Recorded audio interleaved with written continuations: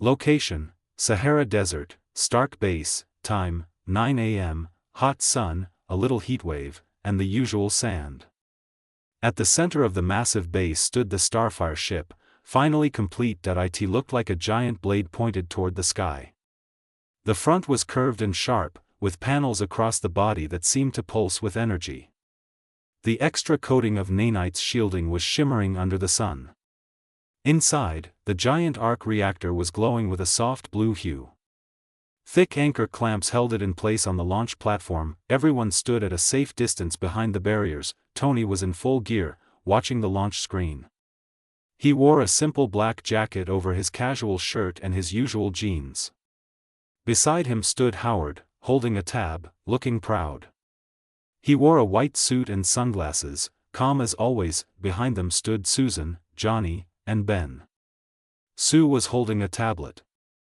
Johnny had his arms crossed and kept checking the sky like he was waiting for fireworks.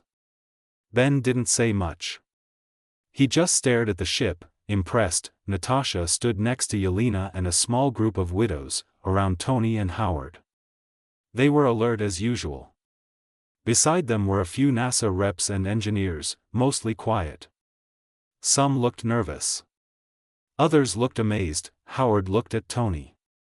All clear. We have launch permission. Took a few calls, but it's done. Tony gave a small nod. All right, let's make history. He turned to the nearby console and tapped the control. Hermes, Tony said. Start final system checks. System checks initiated, the AI replied. Arc reactor stable. Power distribution at 100%. Navigation locked to lunar coordinates. Tony looked back at the group. No one panic if it wobbles. It's the first launch. If it crashes, we just pretend this never happened. Johnny laughed. Please let it fly. I put my name in the engine housing. Sue shook her head. Of course you did. Remote pilots ready? Tony asked. Howard nodded, looking at the tab. Online. All bots in position.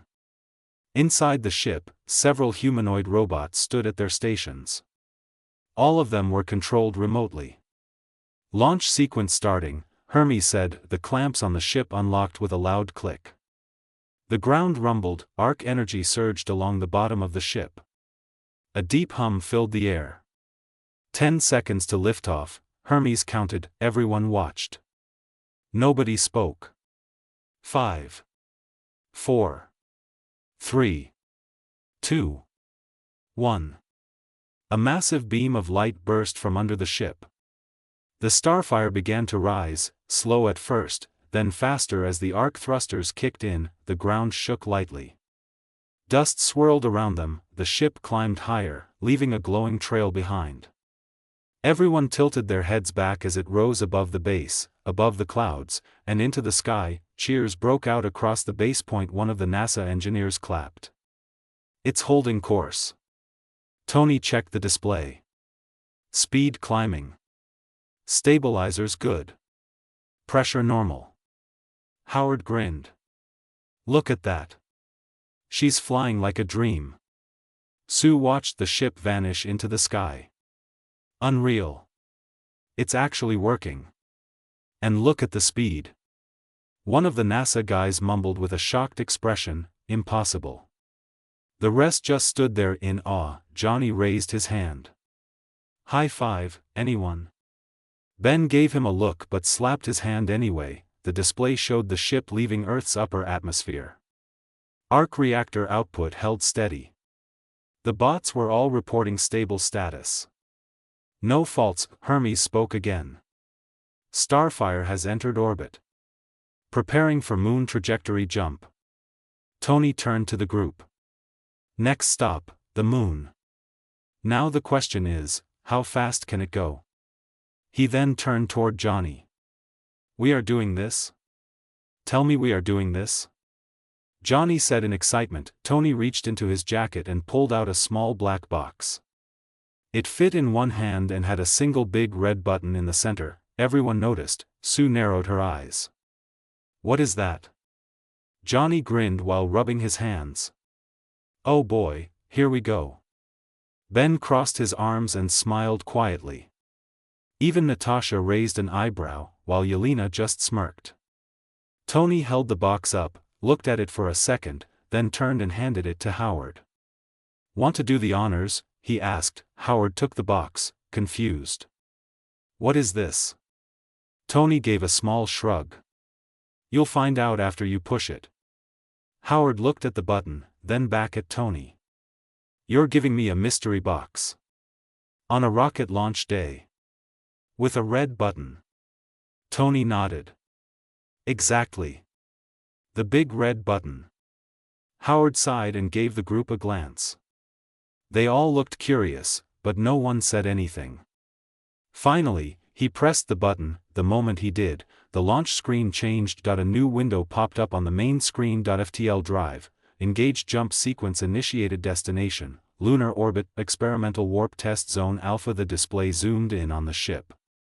Energy lines lit up along its sides. Panels shifted and retracted. A bright pulse grew at the core. The ship stopped moving for half a second, then it vanished. 1 second, it was there, the next, gone. No noise. No flash. Just empty sky, the NASA engineers gasped. What the hell was that? One said. Howard stared at the now empty screen. What did I just activate? Tony smirked. FTL drive. Faster than light. First test run. If it works, they'll hit the moon in under 6 seconds. Yeah, I know 6 seconds is too long, but you can call it work in progress. 6 seconds? Sue said, blinking. Johnny nodded. Yeah, we didn't want to spoil the surprise. Ben added, he bought our silence by allowing us to work on it. And I gotta say, it was an honor to work on such a sophisticated device. Yelena looked impressed. I thought it was just a theory. Tony looked at the data feed. Nope. Real. And it's working. On the screen, the ship reappeared in lunar orbit. Just like that, telemetry data poured in. Systems normal. Bots are still active, the ship was stable. The FTL worked. Everyone stared at the screen. No one said anything for a few seconds, then Howard let out a low whistle. Damn. Tony folded his arms. Welcome to the future. Johnny laughed. Okay, now we high-five again. Ben didn't argue. He raised his hand. They slapped hands. Sue still stared at the screen. You built an FTL drive without telling anyone? Tony shrugged. If I had told people, they would have tried to sabotage it. Didn't want to risk it. Natasha looked at him. You're lucky it worked. Luck had nothing to do with it, Tony said. That's science. The Starfire had reached lunar orbit. Now came the hard part, landing. Everyone stood around the command screen, watching closely. The bots aboard the ship had already started prepping for descent. The trajectory was tight, calculated down to the meter. Hermes, Tony said. Begin lunar landing protocol. Keep it slow. Executing protocol, the AI replied. On the screen, the ship adjusted its position, thrusters pulsing in short bursts.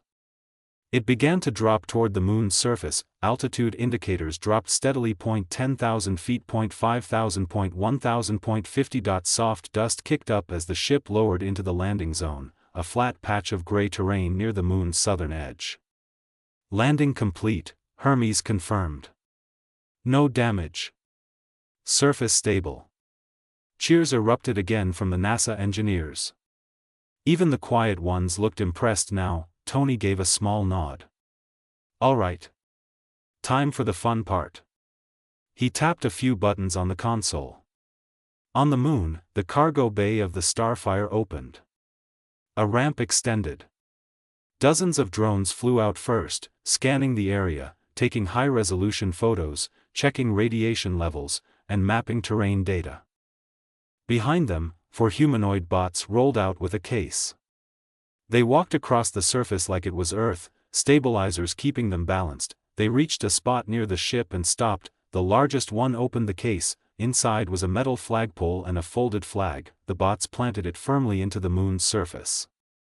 A white flag with the Stark Industries logo. One of the drones hovered in front of the flag and took a photo. The image flashed on the command screen. Stark Industries, first private lunar landing timestamp, 1991. Beneath it, a perfect view of the ship, the flag, and Earth in the distant background. Send that to every major news outlet, Tony said, grinning. Already done, Hermes replied. Viral within seconds. Next came the sample drones. Smaller, round-bodied, and fast. They scattered across the terrain, drilling small cores, collecting soil, and scanning for hidden materials. Inside the ship, the mech bay came alive. Titan 1 powered up. So did Titan 2 and Titan 3. The ramp widened, and the first mech stepped out slowly. Then came the suits. 5 Type 0 space suits rolled down on a trolley. Built-in systems activated automatically. Their visors glowed faintly as they stood upright, powered and synced to base control. He did more customization on the suits. Sue stepped closer to the screen. They're moving like humans. Tony nodded. Yeah. That's the point. The Nantes plus AI. We'll get perfect data. The mechs began walking the perimeter. Each of them deployed sensors, stress pads, and energy probes. They checked the ship's landing gear, anchor points, and ground tension. Integrity stable, Hermes said. No fractures. No shifts. Tony crossed his arms. Good. Let the suits run a full systems test. Atmosphere cycling. Propulsion. Comms. I want every bug flushed before we set for the real mission. Tony watched the screen for another moment. The ship was fine. The bots were working. The systems were running. He slumped down on the chair with a heavy sigh. After years of endless planning and working, he has finally reached his goal. Now, just another step to take. Location, NASA Mission Control, Houston, Texas. The main room at NASA was pure chaos. Dozens of technicians stood frozen at their stations. Engineers stared at their screens. The mission director sat slack-jawed in his chair. The overhead projector still displayed Mission Ares, a government-funded lunar initiative that had been in development for nearly 11 years, after 6 past failures. Neil Armstrong was the first to land on the moon, but the ship and the entire crew just vanished. Since then, NASA launched 6 space missions, and each of them failed for some reason. Skrull invasion. Now, they were watching Stark's live stream, every detail streamed in real time, the ship's touchdown, the drones mapping the moon's surface, the bots collecting samples, the mechs walking casually across lunar regolith like it was a training field. A voice finally broke the silence. Is that a giant robot walking on the moon? Yes, sir, one of the analysts said, eyes wide. And it just deployed seismic anchors around the ship's perimeter. Another voice chimed in from the corner, sir, the telemetry is public. He's uploading all the data through open Stark Tech servers. Wait. What? The analyst tapped a key. A holographic overlay bloomed across the command table. Moon surface map, LIV radiation levels, nominal soil composition, updated lunar ice presence, confirmed pockets, Sector 9, energy field, contained autonomous control sync, 99.98%. Someone swore under their breath. Another just whispered, holy hell. The director stood slowly, eyes fixed on the Stark Industries flag. Put me through to the White House, he said. Line's busy, sir. Then get me the Pentagon. They're watching it too, sir. Global news outlets. 20 minutes later, newspaper Stark Industries claims first fully autonomous moon landing. Newspaper NO crew. No rocket fuel. NO mistakes. Newspaper NASA stunned as Stark outpaces entire global space program. Newspaper Humanity's next frontier runs on arc reactors. Satellite live feed viewers. 792 million globe showing Europe Africa global trend number 1. He did it, camera first private flag on the moon, image shared 81 million times, location, Kremlin, Russia. The Russian space agency quietly paused their lunar project. Should we proceed with the Baikal launch? Someone asked. The director of operations rubbed his temples. No. Nobody remembers second place. Location, CNSA headquarters, Beijing, China. A high-ranking official stared at the feed. He watched the drones lay a reinforced supply depot on the moon's surface. One of the mechs knelt to install a reactor anchor point. His aide whispered, "Sir. What's our plan?" "The arc reactor is better than we first imagined." The man turned toward the room, his voice quiet and sharp. "Forget the mini-reactors. I want the real deal. Begin negotiations. We need access to his energy systems. Immediately." The remaining countries were also in shock and the demand for arc reactor increased. Back with the Tony didn't react right away. He just watched the numbers climb, stream views, telemetry pings, scientific validation requests. Hermes projected a new screen. Direct messages, 341 191 government requests. University partnerships. UN statements. Even one from the Vatican. Natasha handed him a fresh cup of coffee. He looked at her. "Think I broke the planet?" She raised a brow.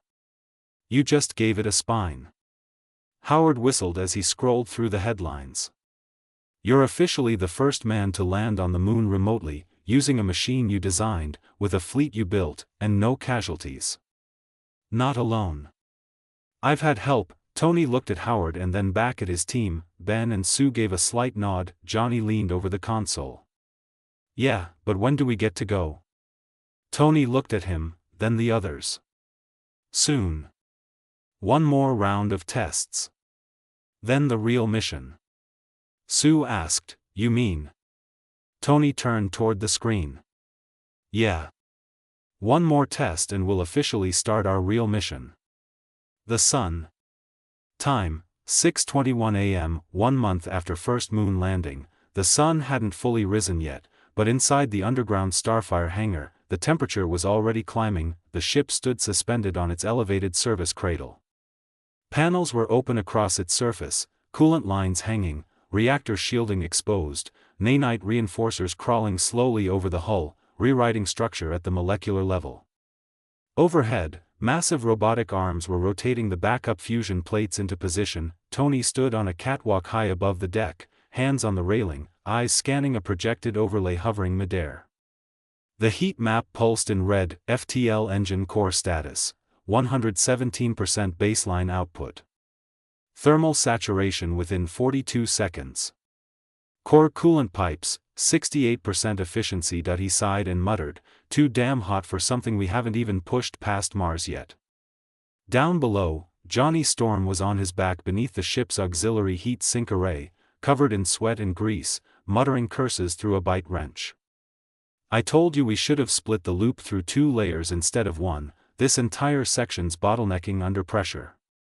"You also told me fusion paint would reflect solar flares," Tony called back, "and the last time we tried that, the panel flaked like a croissant at Mach 3. Johnny grinned. "Which is why we're replacing them with flared adamantium mesh now. I learn." Slowly. A few feet away, Ben Grimm was hunched over a set of shock absorption pylons, tightening massive bolts with a torque wrench bigger than most people's legs. "These stabilizers weren't built for prolonged magnetic pull," Ben said, voice gruff but steady. "If we hit turbulence near a gravity eddy, they'll shear." "Noted," Tony said, swiping the data into a task queue. "Reinforce them with double-density damping foam. The kind we tested for Jupiter re-entry sims. Should absorb G-force drag without cracking the casing." Behind him, holographic readouts rotated through worst-case scenarios: solar flare blast impact, 76% hull survival, radiation pulse delay, 3.6 seconds, too long, FTL exit jump margin, 5.3 kilometers off target and no margin for error. Every system needed to be perfect, not just space-ready, but sun-ready. No rescue crews. No backup ships. No radio help if something went sideways. IT had to work. Hermes, Tony said, turning toward the central console. Initiate full environment test cycle. Conditions: high solar wind, 300% UV saturation, mixed radiation spectrum, and simulated debris field from coronal mass ejection. Confirmed, the AI replied. Initializing simulation. All personnel, brace for internal gravity shifts. The room dimmed. A protective dome sealed around the main core chamber. Inside, the Type 0 suits powered on 0.5 humanoid form stood in the center of the test zone, suits adjusting themselves as the temperature began to spike. The air shimmered from rising energy waves. Plasma vents hissed. Radiation simulators lit the walls with blue-white flickers, the suits flexed in unison, helmets scanning, backs glowing faintly as their independent propulsion systems engaged. Sue stood outside the dome, eyes narrowed as she monitored neural sync rates and biometrics. Heart rate oscillation is within limits. Radiation shielding is holding at 98.7%.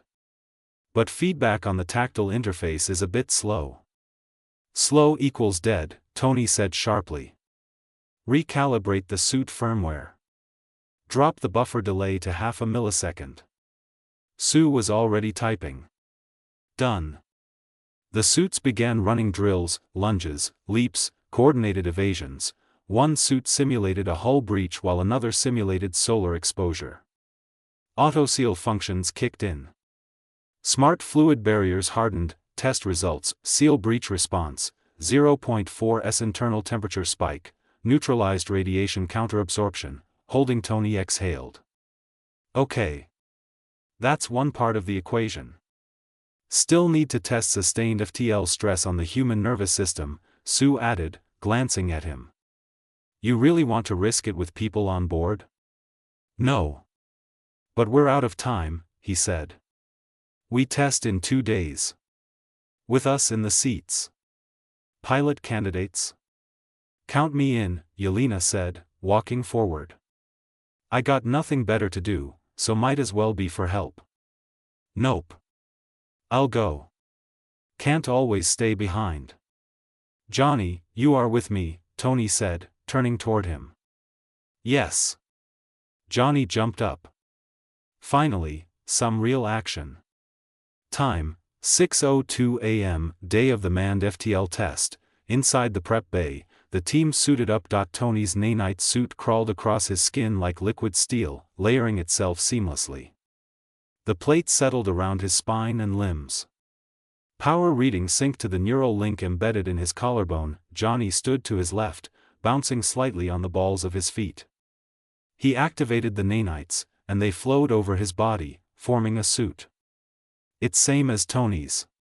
Feels like I'm stepping into a goddamn sci-fi dream. Please tell me there's a laser sword somewhere in this thing. Behave and I'll let you borrow a plasma cutter, Tony replied, glancing at the mission clock. Now stop talking. Focus. They boarded the ship. Inside the sealed cockpit, Tony sat in the left command chair. Hands steady. Eyes locked on the forward HUD. His vitals were green across the board. Core temperature, oxygen levels, neural sync, nanite retention, all perfect. Hermes, he said aloud, activate internal grav cushion. Pre-launch mode. Confirmed, Hermes replied. Pressure systems engaged. Navigation locked. Solar wind forecast nominal. FTL aperture precharging. Beside him, Johnny flexed his fingers in the co-pilot seat, then looked down at the interface embedded in his forearm display. He let out a slow whistle. This thing has enough computing power to simulate weather on Jupiter and still stream The Godfather in 4K. Tony didn't look over. Focus. Focused. Just, impressed. Take us out of Earth's atmosphere, Tony ordered. Affirmative, Hermes replied. The Earth slipped away fast, shrinking in the rear display. Clouds curled like slow-moving waves.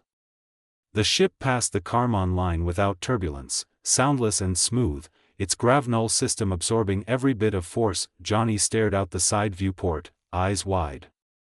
Okay, this is surreal. Eyes front, Tony said. We're not out here to sightsee. Hermes spoke through the cockpit. You have cleared exo-atmosphere. Trajectory is stable. Energy levels optimal. Tony's fingers danced across the main controls. Systems confirmed. Fusion sync steady. External temperatures, stable. Hull response at 99.3%. Perfect conditions. That he turned to Johnny. You ready? Johnny snapped out of his daze and nodded. Let's do this.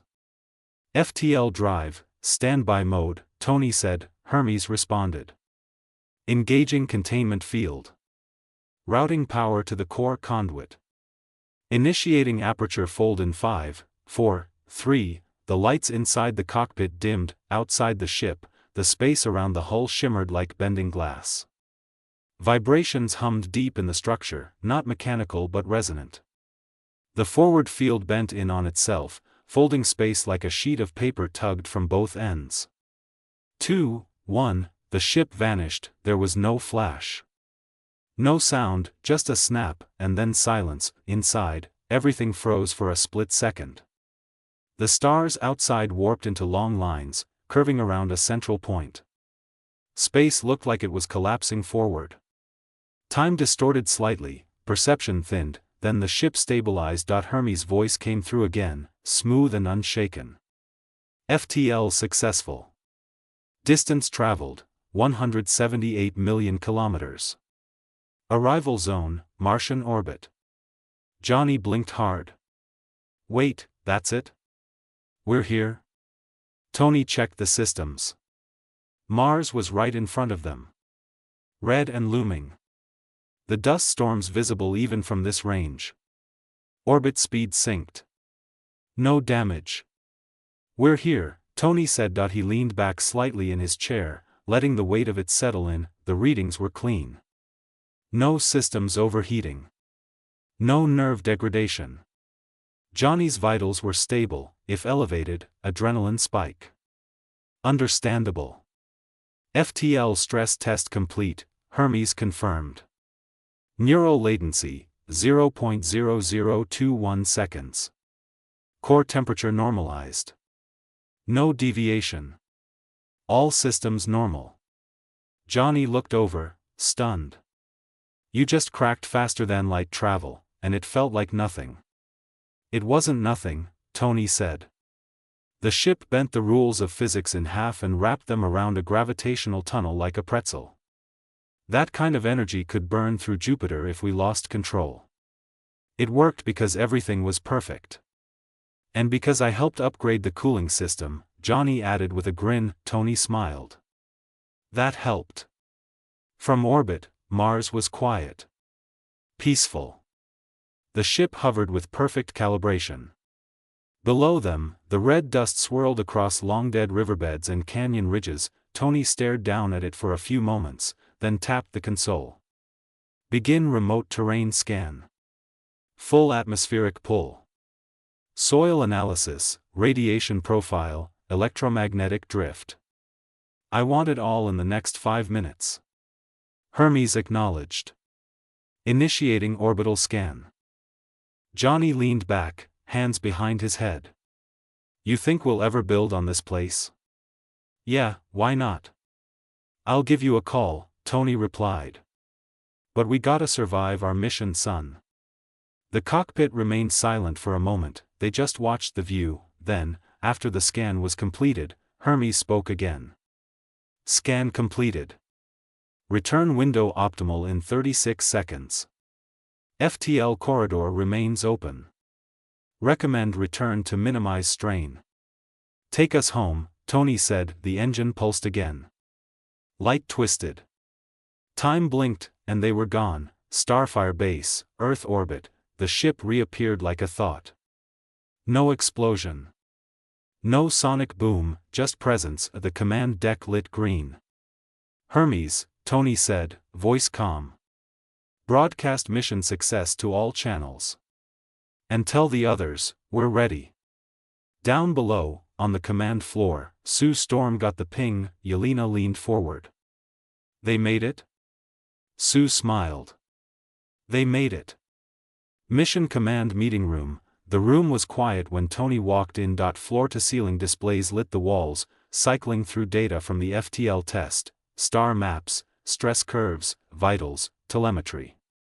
One still image showed the ship in Martian orbit, red dust visible beneath it. Howard stood near the table, arms folded, already scanning the brief. Susan sat next to him, reviewing radiation maps. Johnny leaned back in a chair with his boots on the table. Ben stood against the far wall, arms crossed, expression unreadable. Elena, now in her new physical body, leaned on the console near the door. She looked exactly like a human. The nanite adamantium shell fit her like she was born in it. Yelena and Natasha entered last, side by side. Tony walked to the head of the table and placed a small black drive onto the surface. Instantly, the display behind him synced. FTL drive, stable. Hull integrity, optimal. Crew vitals during transit, optimal. It's time, he looked up. We leave in 48 hours. Johnny gave a low whistle. 2 days. Damn. I was hoping we'd get a week to celebrate. Ben grunted. We ain't going on vacation. Susan leaned forward, her voice calm but sharp. We have a flight path locked? Tony nodded. Sunside orbit. Heliosphere arc sweep. 6-step jump sequence. We drop drones first to map the solar wind. Elena will help run diagnostics in real time. Then we follow in tight formation. Howard gave him a look. You're flying blind into a solar storm. Even with shielding, we're not sure what's going to hit us. Tony met his gaze. Which is exactly why we're going. Because if we don't map it ourselves, we'll never build anything beyond it. We're done guessing. We do it. Or we stay grounded forever. Yelena stepped forward. Then I'm coming with you. Tony didn't blink. No. Her expression tightened. Why not? I've been cleared for flight. I've trained harder than half your roster. You're walking into the most dangerous star in our system, and I've had your back through worse. Natasha's voice cut in. If she's going, I am too. Tony looked at her. He didn't say anything at first. I know what you are thinking, Yelena frowned. We're not glass. We can handle it. Tony sighed, rubbing the back of his neck. It's not about handling it. It's about who's watching the Earth while we're up there. We need a rescue team ready all the time. The secondary ship that Elena and Dad made would be able to endure our target location for at least 30 minutes. And it got FTL. So, it should be enough to bring us back if something happens up there. And I need you, Yelena, to be on standby. You get it? He turned and tapped a panel. Dozens of maps lit up. Power grids. Reactor sites. Stark Tech installations. Medical hubs. Law enforcement overlays. The Earth had changed in 6 months. It was running cleaner, smarter, and freer, but it was still new. Still fragile. Tony's voice was quiet now. Someone's got to make sure everything we built doesn't fall apart while we're gone. Someone I trust. You will be in charge of everything, Nat. Yelena clenched her jaw. That's not fair. Tony didn't argue. I know. He turned to Howard. Dad, keep the power balanced. Keep my inventions out of corrupt hands. Keep the reactors from being turned into politics. Howard gave a slow nod. I'll hold the line. Tony looked back at his crew. Susan, Johnny, Ben, you're my primary mission team. You've all been briefed. You've all trained. You've all worked too hard to get here. Johnny grinned. Let's light it up. Take a break. Wrap up the loose ends. Don't leave anything you'd regret later, Tony said in a low voice. Dismissed.